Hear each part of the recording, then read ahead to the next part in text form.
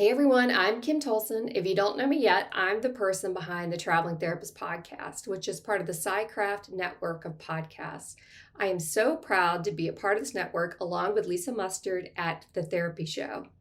If you haven't discovered the Traveling Therapist podcast yet, you can find us wherever you listen to podcasts. I'd love for you to join us as we explore the ins and outs of running a therapy practice while you travel the world. Be sure to check us out at thetravelingtherapist.com/podcast for all the updates and lessons I'm learning as a traveling therapist and the adventures of other traveling therapists.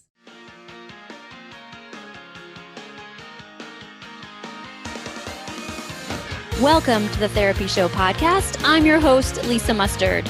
In each episode, I interview a seasoned and knowledgeable talk therapist from the counseling world to glean valuable insights, techniques, and tools that you can apply to your practice and your life. And if you're considering a career in the counseling field or just want to hear about what it's like to be a talk therapist, then this is the podcast for you.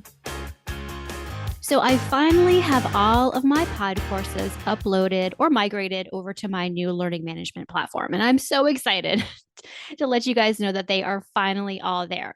However, my lisamustard.com website is still being tweaked and still being rebranded. And so that is probably going to debut maybe in another week or so. We're putting the finishing touches on that. Eventually, lisamustard.com will link up with my new learning management platform.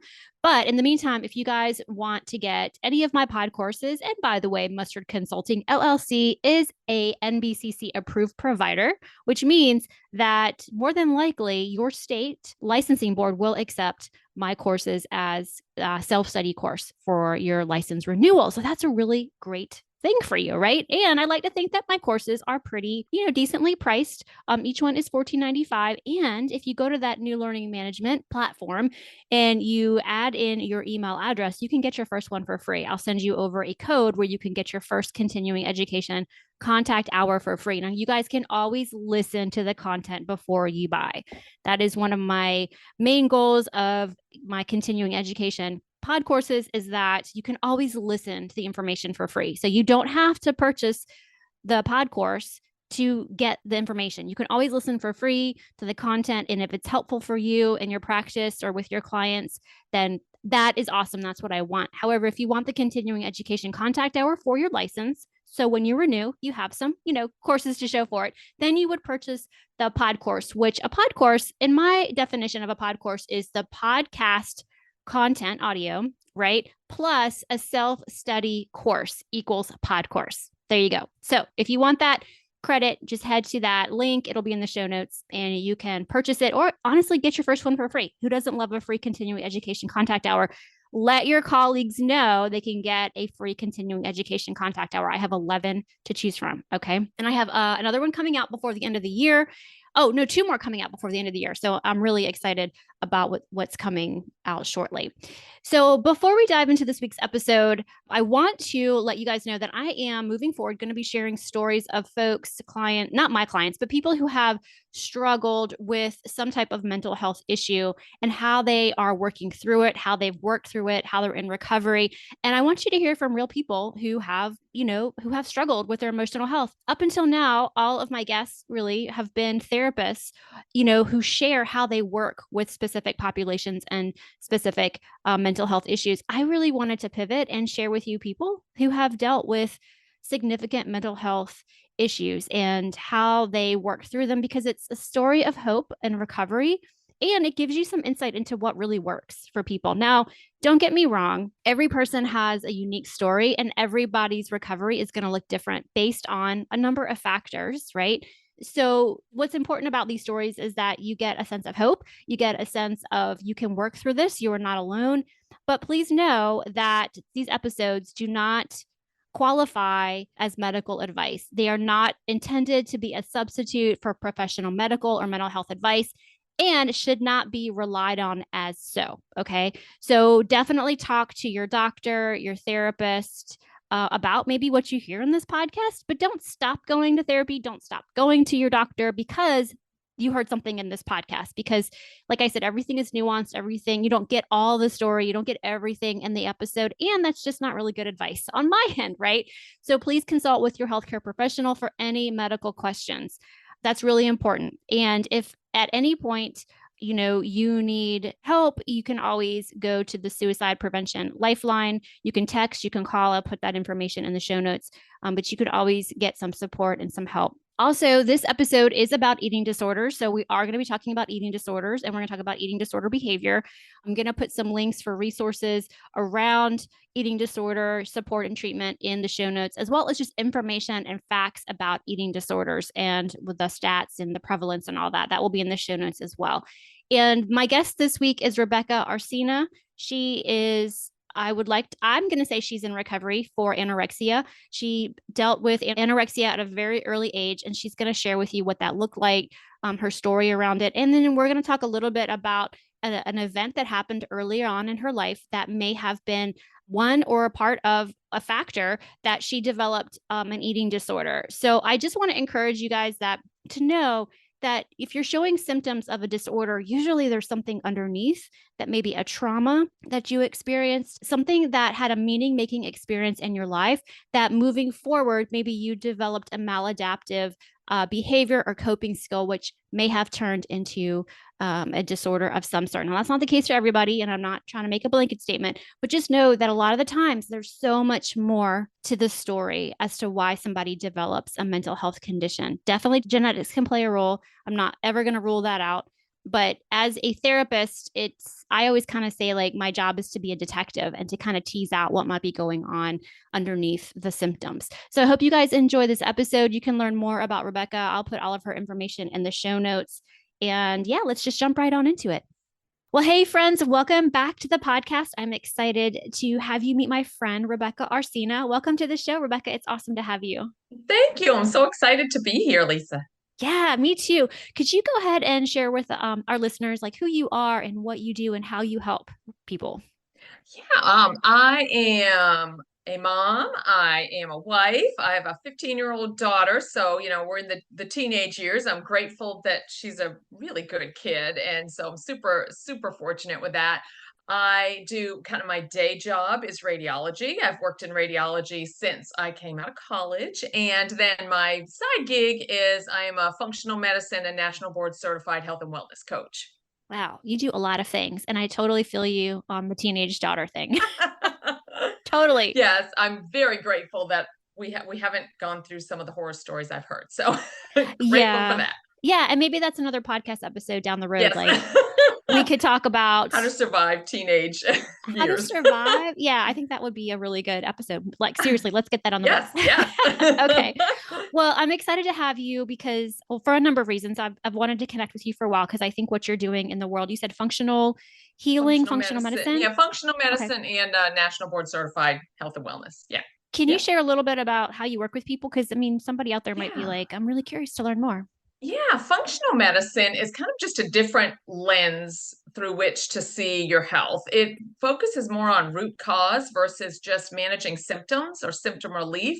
Like instead of taking medication for your migraines, getting to the root of what's causing those migraines. It views the body as a whole, not just separate systems. Like in traditional medicine, you'll go to one doctor for your migraines, one doctor for your IBS, and another doctor for your arthritis. Functional medicine views all of those things under one umbrella and looks to get to the root cause of what the underlying issue is. So it's more of a holistic, integrative kind of approach to wellness. We dig really deep. We go beneath the surface. A lot of when people hear health and wellness coaching, which I'm sure you can understand this, they think you're going to write me a meal plan and tell me how many calories to eat. And there is so much more to health and wellness, real deep health than that. So that's what I work on with my clients. We work on relationships and sleep and stress management, movement, nutrition. Boundary setting is huge, especially for women. We tend to have trouble with setting boundaries. And so it goes a lot deeper than just your standard, here's a meal plan, eat these number of calories. Gotcha. Yeah, it sounds like something I would love to learn more about, knowing my background and what I'm into. So we'll put the link to your website in the show notes. So if folks want to reach out to you and kind of see what you offer, you guys just head to the show notes and find Rebecca's link. Okay, so this episode, I wanted to interview you on the eating disorder that you struggled with for many years. Can you take us back to when it all started? Yeah, and it's funny because I went to visit my family this weekend. I did a really quick trip up to see my mom and my dad and my sisters and brother. And I said to my mom, I said, I'm going to be doing this podcast. I said, and this is purely based on my recollection of my experience. I said, which may not be 100% accurate. I was between 11 and 13 when I first started battling it. And my mom, she confirmed those ages. She said, yes, that's right. Because I was like 7th, 8th grade. And then right as I was going into high school, I was still on the tail end of battling it.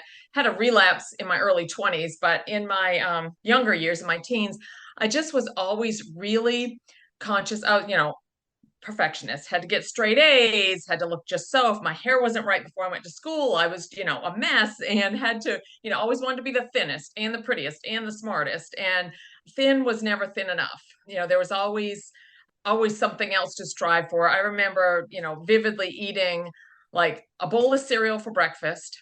I'd bring 10 Ritz crackers for lunch, and dinner would be whatever I could get away with that, as little as I could without my mom really being too upset over it. And there was a point in that when I first started battling it that, my mom took me to the doctor. We did a workup, we did some upper GI issues because I had lost a significant amount of weight. I had at one point gotten down to between like 59 and 62 pounds. And that was, 11, 12 years old. So Right. that's really low. So, she'd taken me to the doctor, and I remember them telling her this. They said either she has cancer or anorexia. And as a mom, hearing that, now being a mom of a teenage daughter, I mean, it hits me right in the gut. It hits me right in the gut to have someone say that to you. So we lived in a very small town. There weren't a lot of options for actual eating disorder treatment. So we had to drive about an hour and a half to a bigger medical center where they did more testing and said, yes, it's anorexia. Came back home, tried to do some outpatient treatment through our local medical facility. And again, like I said, we really didn't have super small town, not a lot of options for treatment. I remember, they set me up with a psychiatrist, and I went and just sat there. I mean, they told me I had to be there for an hour, and I didn't open my mouth. I was just so defiant. I'm like, I am not talking to this man. I'm just not doing it. So it came to the point where I had to be hospitalized. I was hospitalized multiple times. One time was when I was probably about 12. It was an hour and a half away from home, and it was in basically a mental health facility. So I was the youngest by far in that facility. I was with people that were bipolar, manic depression, suicidal, and, going to group sessions with all these adults at 12 years old, being an hour and a half away from home. And it was a residential facility. So that's where, and if I keep going on and you want to stop me, let me know. But I'm just kind of rambling here. That's where the number on the scale became a huge focus, because if I didn't weigh a certain amount, I couldn't get a weekend pass to go see my family. If I didn't weigh a certain amount, I couldn't go out to movie night or whatever else the rest of the residents were doing. So it just became an obsession with everybody around me. Was, we got to put this weight on her. And I understand. I mean, it was life or death at that point. I was really, really sick. So, but that stuck with me for a very long time. I mean, I realized the scale had power, and that has followed me through many decades of life. But finally, I made whatever weight they wanted me to make to be able to get out of the mental health facility. Found a really great general practitioner doctor in our hometown, who I basically credit with saving me, because he just had a way of speaking to me and getting through to me that just, I don't know, it made sense. So he really was instrumental in my healing. Okay. So this is like the 80s, right? Yes. Like yes, what year? Yep. So how old are you? I am 51. Okay, so I'm 49, so we're about the same age. Yep. So this is like mid 80s and I want to say eating disorder, I could be wrong, but like research and treatment models really weren't a thing yet. They were just kind of like understanding what eating disorders were all about. I mean, Karen Carpenter was like the name that people knew back then, because it was that long ago. Yeah. So it was just like when they first took me to see the doctor, they, cancer or anorexia. Now they'd be like, she's got an eating disorder, period. Right. You probably, just based on what we know now. But You're right. Exactly right. Yeah. There wasn't a lot of information at that point. Yeah. And so I have so many questions. Yes. But so, okay, so the doctor that you found, the general practitioner, whatever it was that he said to you made sense. So let me just guess at a couple things maybe that were happening. So you had a good rapport. Yes. Yes. Maybe you trusted him. Yes. Okay. Hmm. His way of communicating with you was very compassionate. Yes, he was. Okay. Yep. What He else? was he was very caring, but he was also matter of fact. I mean, he didn't sugarcoat things. Make me he didn't make me feel like, I mean, the other doctor I felt like made me feel like I was crazy. I'm like, Okay. he made me feel like, we can get through this together. We can get to the root of this. We can figure out, what's going on here. And he was just very genuine. I really felt like he had an interest in my healing. And I think that, the compassion, the empathy was all there. And I just liked I mean, he was very, I'm not going to say cut and dry, but he was matter of fact. I mean, Right. he kind of gave me a little tough love when I needed it. And those things made a difference for me. Yeah. Yeah. Okay. And so when you found that doctor, it sounds like you got what you needed from him. So what happened next? Yeah, so I got, kind of midway through my freshman year in high school, and I just kind of cruised through high school. I did really well in junior high when I was dealing with the height of the anorexia. I had to stop playing basketball because it wasn't healthy for me to exert any more energy with not having enough, food intake. So I had to quit the basketball team. So I was back to playing basketball in high school, on the track team, lots of friends. High school went well. Then I went to college and things kind of slipped back a little bit. I mean, I was back to, again, breakfast was a tiny bowl of granola. Lunch was, it's so funny. I remember this so vividly what I ate. I mean, I might not be able to tell you what I did 2 weeks ago, but I remember what I ate every day in college. Lunch was an apple and a rice cake. And then dinner was a salad at the dining hall. And that's it. In college, my friends were drinking, they were ordering pizza. I wasn't doing any of that. So I was having trouble sleeping. Who'd have thought? I mean, I wasn't eating enough. I was, staying up late studying. Again, the perfectionist tendencies. I had to be top of my class. I had to, do everything perfectly. So I actually had some of my suite mates that came to me and they told me they were concerned, and they actually raised a concern with some of our administration, and that infuriated me. I just felt like, you're jealous, this is not your place, I'm fine. So I was very defensive at that point. I did not have any further treatment during college. I just kind of swept it under the rug. I never got to a super low weight. I mean, I was probably underweight for my height, but it was never to the degree it was, when I first battled the eating disorder.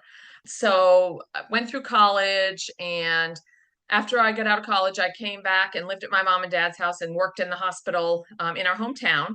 And at that point, around 2021, because I graduated college at age 20.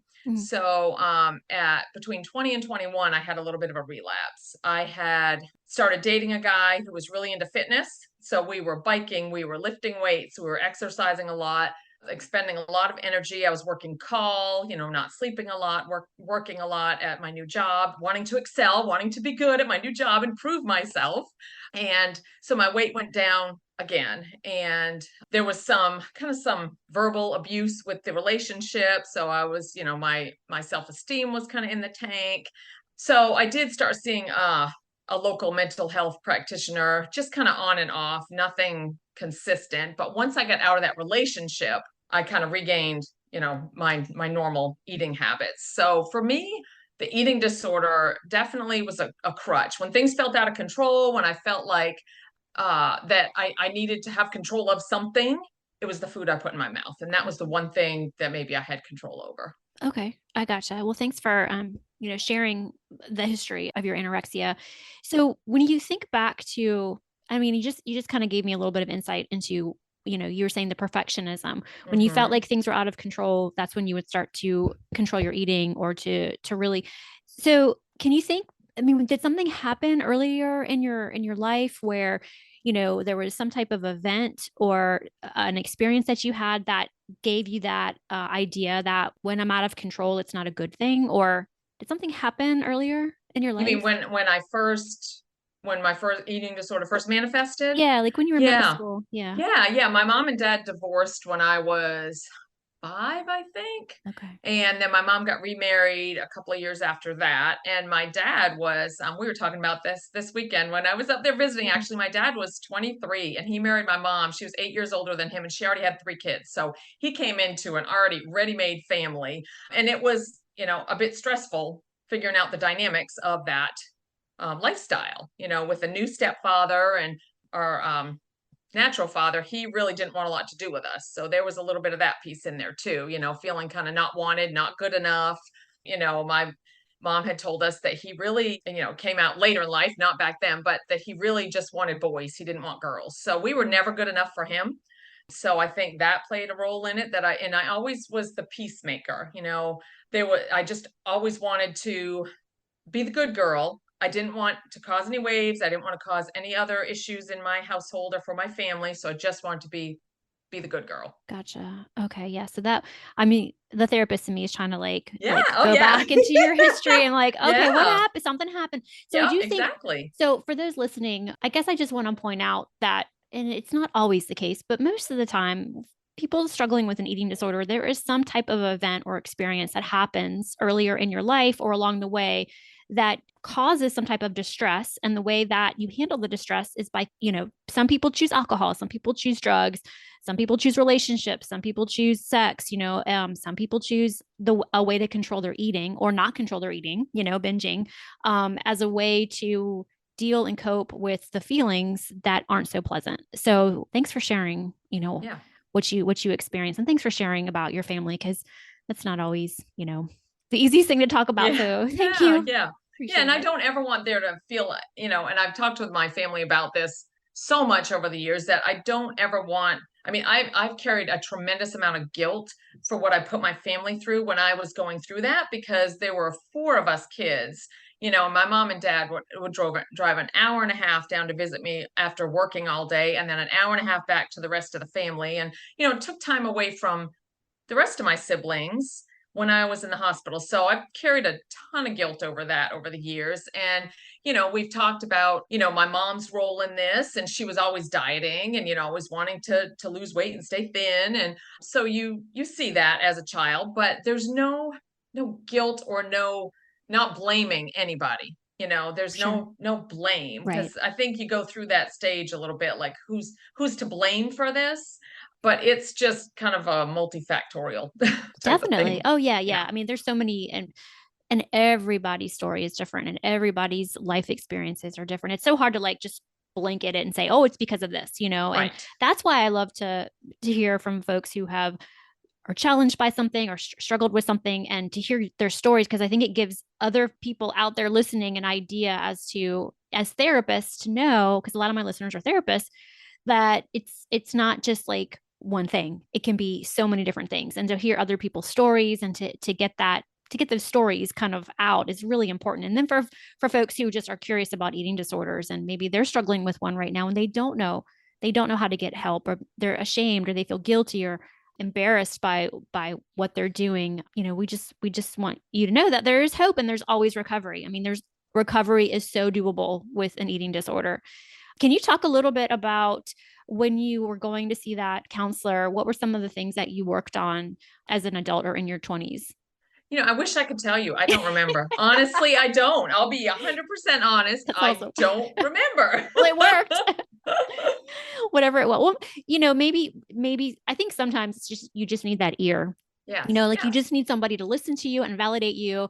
And you probably had all of what you needed inside of you. You knew the skills, it sounds like, I'm just guessing, that you knew what you needed to do to get back on that healthier mindset or healthier coping skills. I'm guessing. Yeah. So, all right, fast forward. Yes. You're in your 20s, you get married. You Yeah, have I a got married. Yeah, I got married in my mid 20s. After that relationship that wasn't so healthy, then I started dating another guy who we got engaged. We bought a house together. And then I felt very unsettled in that relationship as well. I just felt like there was more for me, it just wasn't what I wanted long term. So we actually ended up splitting off that relationship. And that was in my mid-20s, and I moved from New Hampshire to North Carolina at that time. So I took on a whole new life. I'd never been here, didn't know anybody, started a brand new job. And then about 4 years after I moved here, I met my husband. So got married at 30, had my daughter at 35. Yeah. Wow. Okay, I was about to interrupt you because we have so many things in common. Like just to decide, and maybe people care or don't care about this. Like, okay, so before I met Billy, I moved from Richmond to Atlanta, and I was dating this guy in Atlanta, and it was going great. Like on paper, it all looked so good, but I felt unsettled with him. Like I just knew deep down, like I could marry him. It could be a nice life. And then I moved here to South Carolina to go to grad school. Didn't know anybody. I met Billy sooner than you met your husband, but I met him and I was like, this is it. This is the one. And then we got married at 30. I was 33, had our oldest, my first, at 35. Yeah. Yeah. So, I mean, I literally had a visceral pull. There's like, I don't belong here anymore. Right. Yeah. So I say, anybody listening that has that, yes, listen to it. Right. Listen to it. Yeah. Yeah. I mean, seriously, I did that as well. Like I had that, like something does not feel right with this relationship. And yeah, oh my gosh, I think you and I are like, we need to have like coffee off air here. Yeah, like totally. I need to come to North Carolina and hang out. Okay. All right. Well, back to the back to the eating disorder stuff. Okay. So you have a baby. So what was that like for you? Like the changes in your body, did that do anything? It was scary when I got pregnant. I actually cried. I cried. I mean, we were trying, and I struggled to get pregnant. I had to go to a reproductive endocrinologist because I had some issues, because when I was supposed to have been getting my period, I was starving myself. So I had some hormonal issues and didn't even think I could get pregnant. Okay. So, and that was one thing that my doctor told me, the general practitioner doctor that I actually clicked with. One thing he said to me was, if you don't get this under control, you may not have children ever. Gotcha. And to me, at 12 years old, who's thinking of having kids, right? But being the control, freak that I was, I didn't want that choice taken away from me. I still wanted to be able to make that choice for myself at a later date. So that was one of the turning points when I was in my teens, to be like, okay, this hasn't worked. Let me try it another way. So I was surprised when I got pregnant, because I didn't think it was going to happen because of the damage I'd done to my body in the, growing years of when I should have been going through puberty. Got pregnant, scared to death. When I saw my OBGYN and, we found out I was having a girl, we talked a lot about the genetic components of eating disorder, how I felt. And he was phenomenal at monitoring how I was feeling about my body as I was going through the pregnancy. So I was so grateful to have had a great OBGYN. I was scared. I'm like, I can't do this. I can't do this. I can't be a good mother. What if she has an eating disorder? What if she turns out like me, and I was just, all that not good enough came right back up, to the surface. So and it was funny because my husband actually said when I was pregnant, I was the most fun to go out to eat with, because I would just like eat whatever. Right. He's like, but I felt, as my body was changing, I felt beautiful, which sounds crazy, because I remember my general practitioner doctor, who was an OBGYN as well. He said to me, do you think pregnant ladies are fat? And I said, yes, back then as a teenager. And he's like, seriously? But I felt beautiful when I was pregnant. And after I had my daughter, I was like, you know what? I started to see my body in a different way. Like, this is amazing what my body could do after all I put it through. I mean, I could break into tears right now thinking, after what I subjected my body to, that I was still able to grow another human is a miracle, literally. Yeah. Yeah. Wow. Oh, yeah. I mean, I'm nodding my head over here because, I didn't ever deal with like an eating disorder, but I definitely dealt with the whole very much like I wanted a certain physique, like for some reason, like in my early 20s, it's like I had it in me that I had to, I wanted to be like a physique. I wanted the physique. And so like that to me, in a sense, is probably something there. I mean, I'm sure I have something there, but I went through a very similar mindset too, of when I found out I was having a girl for the first time. I mean, I like broke down because I was really nervous and scared that I was going to pass on like these controlling thoughts that I was having. But I remember it so clearly. One day I was out on a run, and I remember like I started crying. I'm going to start crying now. I was crying on my run, and I just said, no, you're not going to pass this on, because you're aware and you have a choice, and you get to decide how you're going to show up as a mom.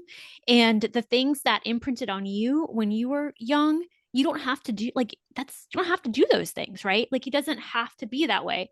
And so I remember making that decision in that run. Like, there are things that I will and I won't do. And like, I just remember that so clearly. And like you said, like, I can't remember what I ate for lunch yesterday, but I remember that day so clearly. And I just knew, there's certain things that we don't have at home. Like, we don't have a scale at home. We don't really have, we have mirrors so we can check, like, what we're wearing and make sure we're all put together and things aren't, wrinkly. But, there's not a whole lot of mirrors in the house. There's not much, not having a scale in the house was really important to me. And I don't really know why, but I was kind of like married to a number 2 in my early 20s. Mine was more about how much muscle am I putting on? And, so I can totally relate to a lot of the thought patterns and the control issues, and also like learning how to cope, learning new ways of thinking and behaving and taking action. So yeah, and I had a really good OBGYN as well. And I was really fascinated about like having a healthy pregnancy, but also, not like obsessing over weight at the same time. Right. So it was very freeing for me, actually. It was. Yes. Same. Yeah. So interesting. Really interesting. And I think it actually helped me after I had her, and because it changed the way I spoke about things, like, you're not going to call food good or bad. You're going to say this, this is going to give us energy. This might make us tired. There's not, gee, look at your belly. I mean, maybe you shouldn't eat that, not that anyone ever said that to me, but I mean, I've heard people talk to their children in ways that maybe are not so kind, as far as their bodies. And it helped me to almost learn a different way of speaking about food and bodies, and more of what your body can do, not what it looks like. Exactly. Yeah. And I know you're all about that. So important. It's so important. And it's, I don't know about your daughter. Does she play sports? She does archery. Okay. Yeah. Cool. Yeah. So not any, really heavy duty, but well, no, I mean, at least, but the fact that she's active and she knows that, you have to be, you need to be in shape to do that sport. I mean, it's not like you just go out there and it's hard, it takes practice, and it takes patience, and it takes stamina and coordination. But similar kind of thing with our girls, like, I say, yeah, you're running around and you're playing volleyball and you're doing all these things, but you still need to fuel your body with good stuff. Like, you can't just fill it with junk, because junk gives you junk, Yeah. So you can have some and I don't mean junk as in like bad food. I just mean like, this is not optimal nutrition for fuel wise, right? Yes. So I think that's really important, and to model it too, not just to like talk about it, but to actually model it. And it's funny because, like, I don't know about your daughter, but our girls come home from school and they're like, there's nothing to eat. I'm like, there's plenty to eat. You just have to like put it together. Like, I'm sorry, there's not like 15 different chips or 15 different like packaged, baked goods, but they're always, I'm like, get some fruit out, get some peanut butter. Like, they just don't want to work for it. They want me to do it. They like it. So, that's always a struggle, I guess, the quick and easy versus the, that's a forever struggle. Yeah. And definitely, in moderation, everything is fine in my book. Exactly. Yeah. So does she know about your struggle with? She does. Yes. Yep. She does. Yep. And she, and she'll bring it up sometimes if I don't remember what I was saying. And she's like, oh, that's when you were in the hospital, or that's when, So she knows. Yep. And she's very, she's so confident, and she really does not care.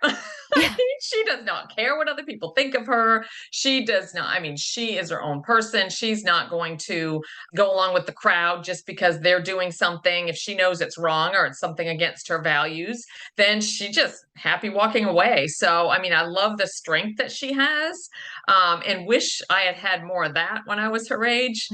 So I just really proud of her for, doing her own thing, and grateful that she doesn't seem to have any issues with food. Because I think that's always in the back of my mind. Like, watch what you say, especially now, teenager, watch what you say, be careful what you say, make sure you're not, sure you're not, feeding anything into her that that she's going to pick up on, because they pick up on everything. They only hear what you don't want them to hear, right?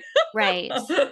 Yes. So you have to be Yes. careful. Yeah. So Yeah, it you do. I kind know. of makes us raise our game a little bit as moms, doesn't it? Yeah. Yeah. And always makes me take a look at my own stuff. Like anytime, I mean, I'm feel like all I do is process my stuff sometimes. I'm like, Right. Right. because Yes. I just want to show up for them at the best as possible. And I don't want anything to cloud, my parenting or I don't want to project anything onto them, I guess, Yes. Well said. Yep. Yeah. Yep. And it's funny because they'll be like, take your therapist hat off. Yeah, And I'm right. like, all right. That's what she'll say too. She's like, "Ah, can you just be my mom and not a health coach for a minute?" Right. Yeah. It's like, yeah. And it right. It's so true. Well, I am so grateful to have had you, come on the show and share your story. Is there anything else that you can think of that was helpful in your recovery, or anything you want people to know about recovery from anorexia? I will be honest and say I don't know, and I'm sure people are going to disagree with me here. I don't know that there's 100% recovery, at least not for me. I always feel like there's that little bit in the back of my mind that if triggered, I could go down a path like that again. However, I know when that comes up, and I know how to manage it, and I know how to redirect it. So I know how to handle it. So if you're feeling bad about yourself because you still have some of those thoughts, I feel like that's normal. I mean, you as a therapist could probably, tell me yes or no on that, but as long as you're aware of them and know how to deal with them, process them in a healthy manner, I think that's just normal to Yeah, me. no, I think that's You normal. agree? Oh Yeah. yeah, that's part of the human Yeah. condition. I mean, Yeah. we can't be perfect in everything. We can't be, we're going to get triggered, but it's how do we handle that trigger? What do we do with those feelings? How do we, how do we react and respond? And if you have the skills, then in my mind, you're in recovery. Now, it doesn't mean that Right. you're, I'm in recovery from stuff too. Probably don't even know what, but like I'm going through that all the time, like awareness and Yeah. mindfulness. Yeah. How do I want to react and respond in this moment? So nope, I definitely believe you're in recovery. Like Mhm. you're in recovery. We're all in recovery. If you've ever had an issue and you're in a better place, you're in recovery. If you ask me. And if you haven't, I want to meet you. If you have Yeah, never had an right. issue, because that's rare. Yes, you need to come on the show and That's tell us right. how amazing you are. No, just kidding. You're a unicorn. You Tell us who are. you are. Yeah. But I think that's part, I mean, gosh, that's just part of being human. We've all It got stuff, is. and Yep. giving ourselves grace and giving grace to others, and, just doing the best we can with the tools that we have. And if somebody is struggling and they need some resources, I'll definitely put some resources in the show notes. So, yeah, just look for the show notes. If you want more information or you want to kind of get some support or treatment. And just so you know, this episode is not to be taken as treatment. This is just for informational purposes. And if you are working with a therapist, please continue to work with your therapist. Don't stop working with your therapist because of this episode. But Rebecca, thank you so much. I feel like, if there's something else you want to share, please do. Anything else?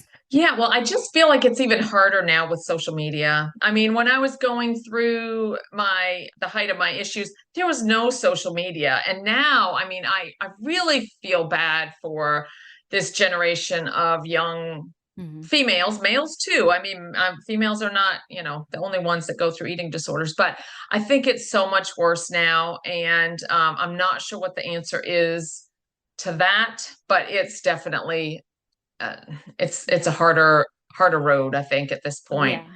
Yeah. And I do actually get asked about that a good bit, social media and, preteens and Hmm. teens. And Hmm. my best advice to parents is just stay away. Like, as long as you can hold out from social media, hold out, just hold out and hold out and hold out, because it is. And, I don't have it off the top of my head, but the research does show that it does, Hmm. definitely play into depression and anxiety, eating, all the stuff. And you're right. Like, thankfully we didn't have social media in the Hmm. 80s. I mean, Yeah, yeah, imagine, like, whoa, I yeah. don't know. I don't I know. mean, it's just, Mhm. I don't know, it's so much harder now for. It is. But like you said, it's like, did you say this or did somebody else say this? It's the new normal, or it's the Yeah, normal is to have right, the social right. media. But we have held off on it as long as possible with our girls. Hmm. And Hmm. it's interesting because they're kind of at a point where they're like, we just don't want it. And Yeah, I don't know if that's kind of like coming around, that the kids don't want social media, or if my girl's just not interested in it. Cause just a distraction, yeah, really. Hmm. oh yeah, it's definitely a distraction.